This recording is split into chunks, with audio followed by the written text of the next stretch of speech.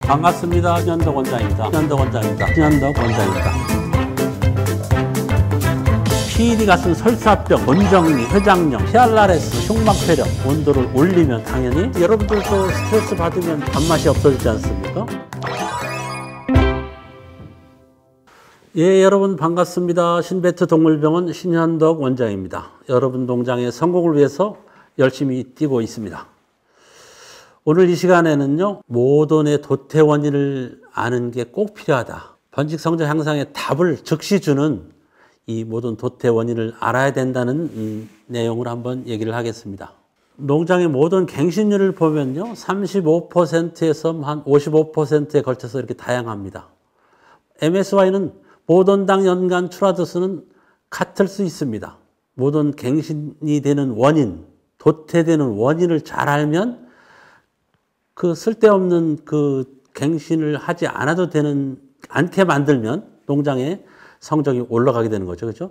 도태 원인을 모르면 번식 그 성적 향상이 어렵다는 거죠. 그렇죠? 예.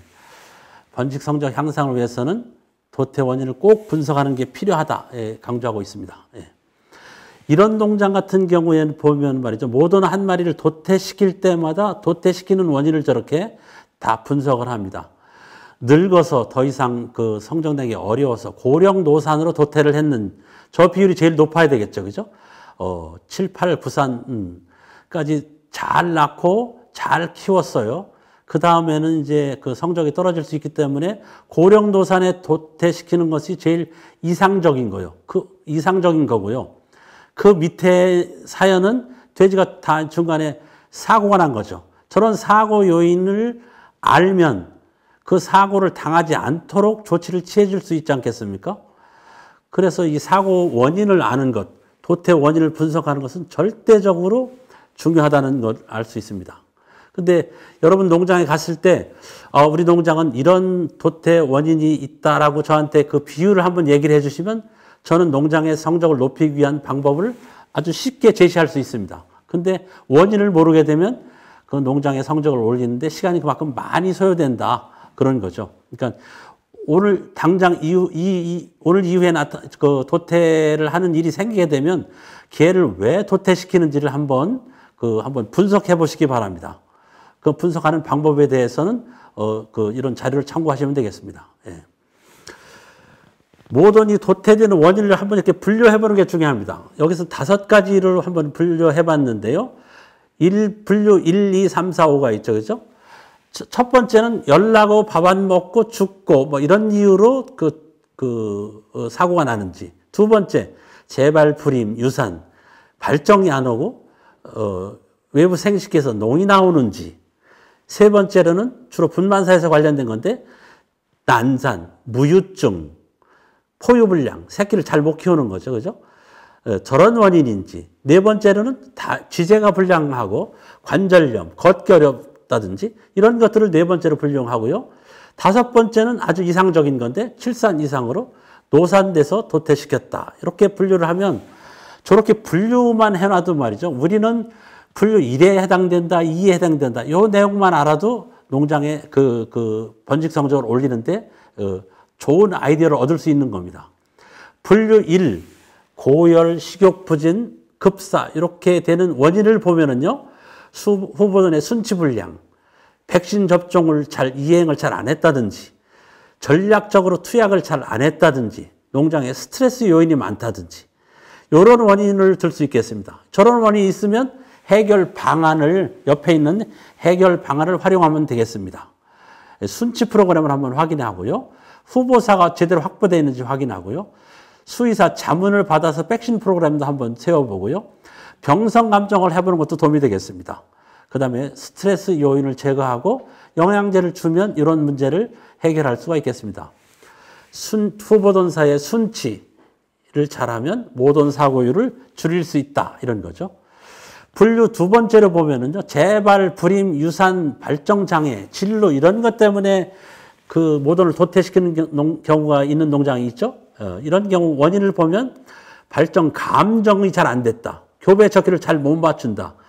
직원들에 대한 교육이 잘 안 돼 있는 경우죠. 그죠? 파보, 일본내염, 서코피알라레스 이렇게 번식 장애를 일으키는 질병에 대한 백신 접종을 잘 아는 경우도 여기에 해당되겠습니다. 그 다음에 비위생적으로 수정을 시키고 정액 관리가 잘 안 된 경우에도 이런 일들이 많이 생기고요. 더위 대책이 안 돼가지고 스트레스를 많이 주는 농장, 영양실조를 오도록 영양 관리가 잘 안 된 농장에서도 이런 일이 생기겠습니다. 예. 해결 방안은 이렇게 참고를 해 주시고요. 비위생적으로 인공수정을 시킨 농장, 분만 간호가 잘 안 된 농장, 돈방 바닥이 저렇게 축축하고 똥오줌으로 오염된 농장에서 저렇게 외부 생식기에서 농이 나오는 경우를 VDS라고 하는데 이런 경우가 많다는 거죠. 그래서 그 외부 생식기에서 고름이 많이 나오는 농장은 인공 수정시킬 때 오염돼 있구나. 분만 간호할 때 손을 많이 집어넣는구나. 돈사 바닥이 오염돼 있구나. 이런 것들을 한번 확인해 보시는 게 필요하다는 얘기를 하고 있습니다.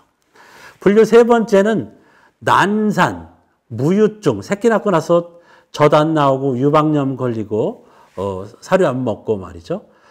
새끼를 잘 못 키우는 이런 형태의 모든 도태가 많은 농장은 다음과 같은 원인을 살펴야 됩니다.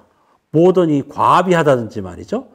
새끼 낳기 전에 변비가 온다든지, 새끼 낳는데 시간이 4시간 이상 많이 걸린다든지, 분만 전후에 스트레스를 많이 받는다든지, 스트레스를 많이 받으면 분만에 관련된 호르몬의 교란이 오기 때문에 새끼를 낳는 데 시간이 오래 걸리거든요.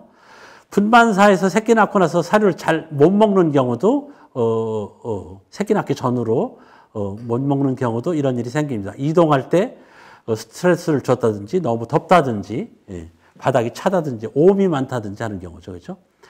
PRRS, PD, 인플루엔자 같은 전염병, 악성 전염병에 걸리면 난산, MMA, 포유 성적이 불량한 현상들을 많이 볼 수가 있습니다. 이럴 경우에는 새끼 낳고 나서 관장하고 마사지 하는 거 이렇게 중요하다. 등각기를 통해서 바디 컨디션 한번 측정하는 거 중요하다는 말씀을 제가 기회가 있을 때마다 얘기를 하고 있습니다. 분류 세 번째에 해당되는 경우에 보면은 저희들이 모돈을 부검을 해가지고 보면은 난소가 저렇게 엉망이 된 경우, 난소에 저렇게 황체가 생겨가지고 영구 황체가 생겨서 난소 기능이 정지된 저렇게 되기 때문에 이유시키고 나서 발정이 안 오고 발정이 와도 약하게 온다든지 산자수가 적다든지 하는 일들이 생기는 거죠. 그죠? 분류 네 번째 같은 경우는 지제를 못 쓰는 경우죠. 관절이 약한 경우, 거치를 못하는 경우인데 이런 경우는 원인을 보면은 후보던 육성 과정에서 너무 속성으로 키웠다든지 선발을 제대로 못했다든지 시설이 환경이 불량했다든지 이랬을 때 특히 과밀사육 된 경우에 이런 일이 있고요.